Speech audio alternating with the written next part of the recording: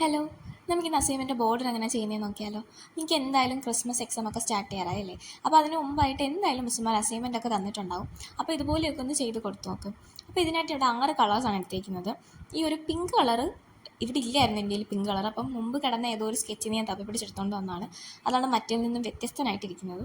എന്നിട്ട് ആ കളേഴ്സൊക്കെ വെച്ചിട്ട് ഞാൻ ഓരോ ബ്ലോക്ക് പോലെ വരച്ച് കൊടുത്തിട്ടുണ്ട്.